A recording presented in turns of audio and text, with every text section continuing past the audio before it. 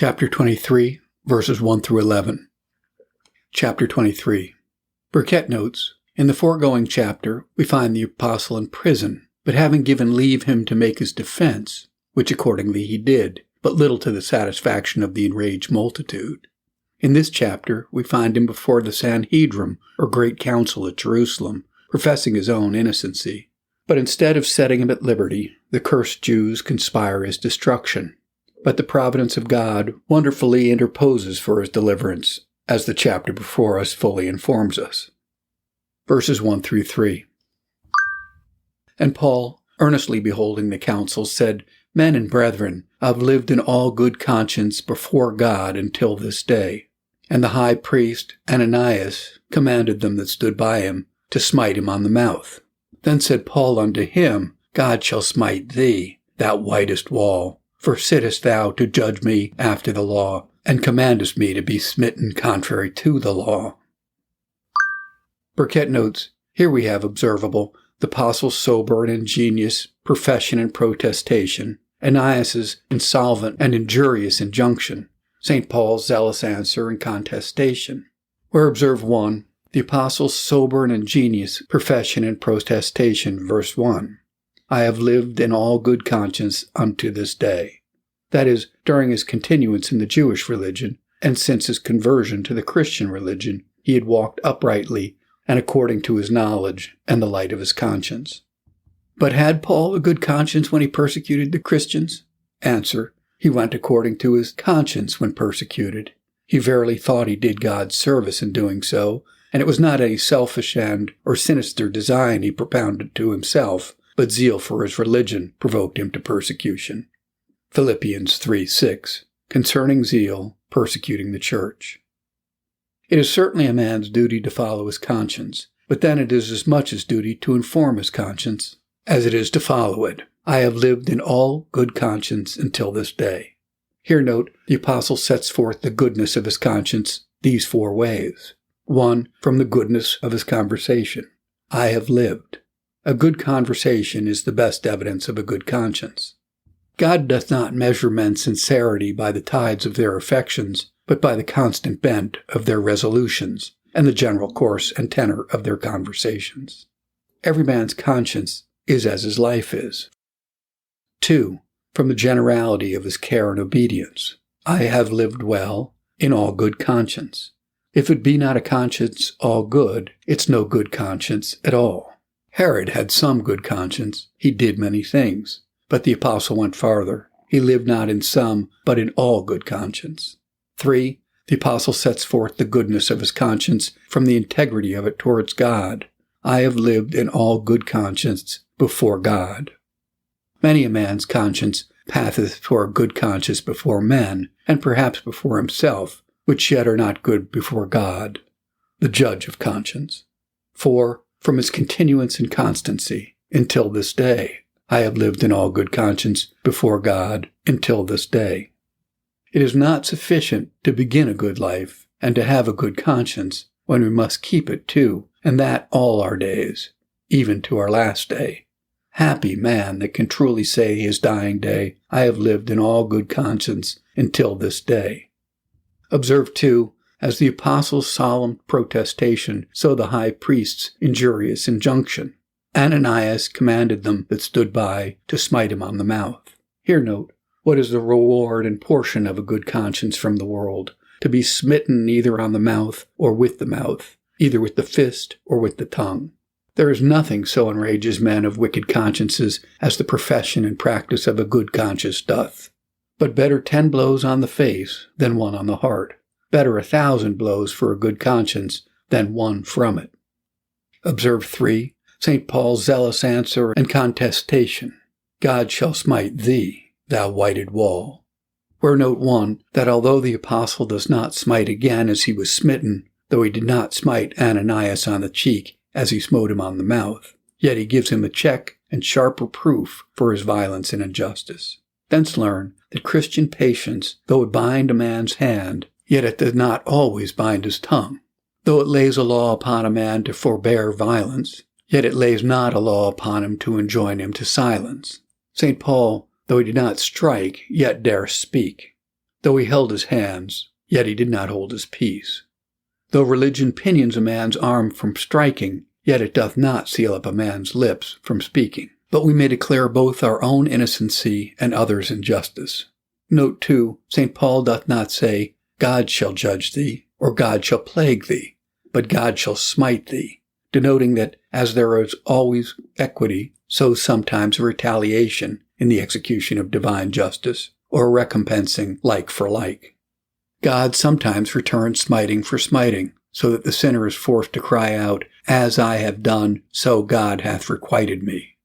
God punishes sometimes in the same kind, sometimes in the same manner, sometimes in the same place, that sinners are forced to cry out, Righteous art thou, O Lord, and just are thy judgments. Verse 4. And they that stood by said, Revellest thou God's high priest?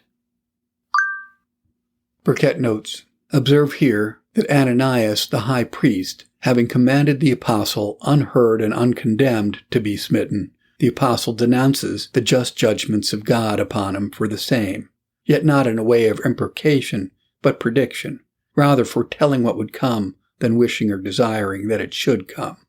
Not in a way of revenge or recompensing evil for evil, but in a way of ministerial reproof, which the standers-by call reviling. Revilest thou God's high priest?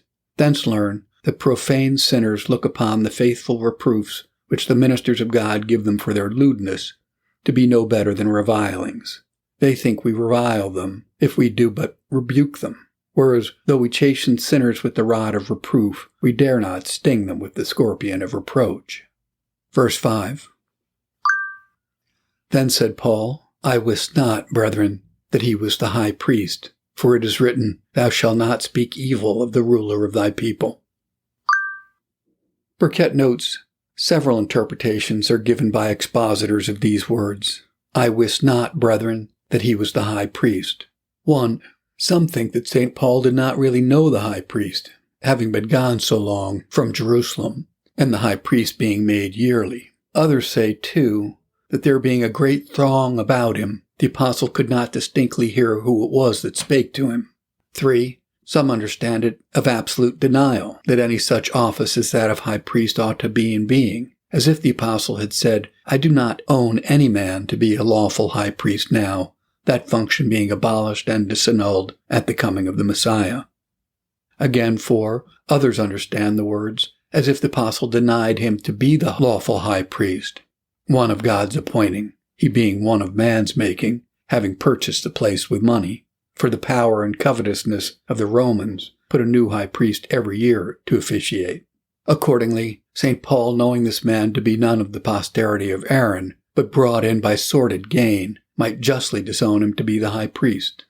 Lastly, there are those who affirm that the apostle did certainly see and know the high priest, and that his meaning is that having received such unjust usage in the court as to be openly smitten in the time of hearing, he did not know, that is, he did not consider who it was that spake to him, and therefore spake hastily and unadvisedly.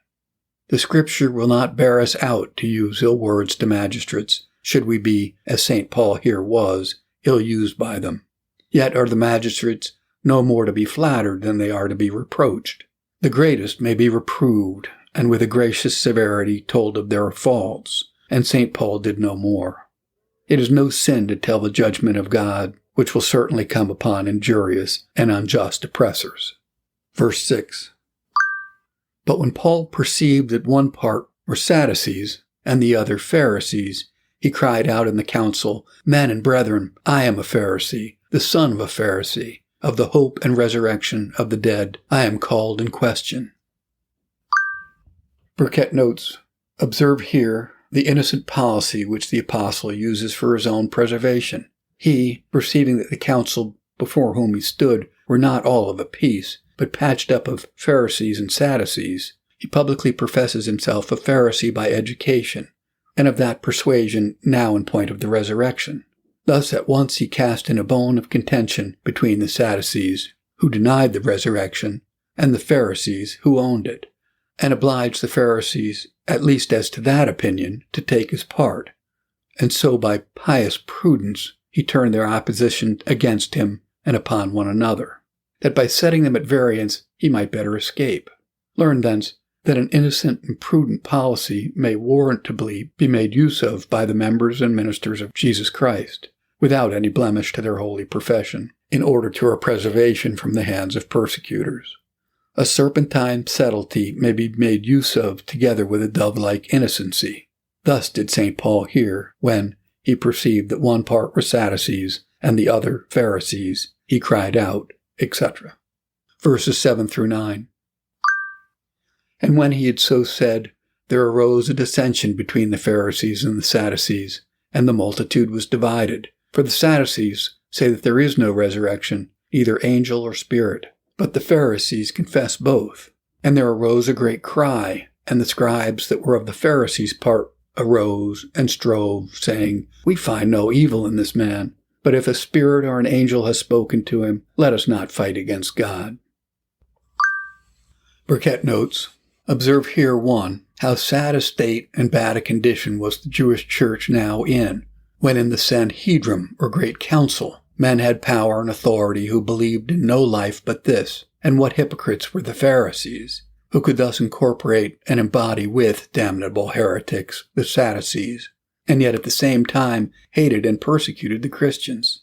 The Sadducees were so far from believing that there was any spirit that they blasphemously maintained that God himself was no spiritual, but only a corporal being. When men sin in obstinacy against supernatural light, God justly withdraws from them even natural light, and suffereth them to fall from one degree of error to another. Observe, too, how partiality will change men's judgment according to the interest of a party or faction.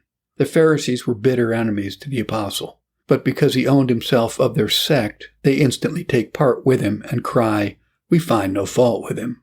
The feuds about religion are commonly the sharpest feuds. Men are more fond of the notion of their brains than they are of the issues of their body. Religious hates are hottest. Observe 3, how the dissensions of God's adversaries oftentimes become the deliverance of God's servants. Thus here the Pharisees and Sadducees quarrel about the resurrection. The Pharisees justify St. Paul and tell them that oppose him they are in danger of fighting against God. Thus God, when he pleaseth, can find or make patrons of his people, and raise up friends from among his very enemies to defend his cause. Verses 10 and 11. And when there arose a great dissension, the chief captain, fearing lest Paul should have been pulled in pieces of them, commanded the soldiers to go down and to take him by force from among them, and bring him into the castle. And the night following, the Lord stood by him, and said, Be of good cheer, Paul. For as thou hast testified of me in Jerusalem, so must thou bear witness also at Rome. Burkitt notes, St. Paul was now in the midst of difficulty and danger, but observe how seasonably God steps in for his succor and deliverance. First he stirs up that heathen tribune, the chief captain Lysias, who was present at the trial, to see his prisoner have fair play. The Lord stirs up the man to rescue the apostle from the hands of violence, by which he was in danger of being pulled in pieces, and he is returned safe unto the castle again. Oh, how God's encouragements evermore accompany his commands. His faithful servants, when they suffer for him, shall certainly be delivered by him, either in trouble or out of trouble. Secondly, God comforts the suffering apostle with his own presence, and with the gracious manifestation of his special favor. The Lord stood by him and said, Be of good cheer, Paul. Where note that if the Lord stood by and be graciously present with his servants in a suffering hour, it's no matter how many and how mighty they be that do withstand them and appear to be against them. No doubt these words, Be of good cheer, Paul, turned the apostle's prison into a palace, yea, into a paradise, and enabled him to bid a bold defiance to all the devilish designs of the Jews in Jerusalem against him. Having got such good security for his safety, even from God himself, in the faith of which our apostle holily triumphs, saying, If God be for us, who can be against us? Romans 8:31. That is, none can be against us either safely or successfully. The presence of God with his suffering servants outweighs all their discouragements.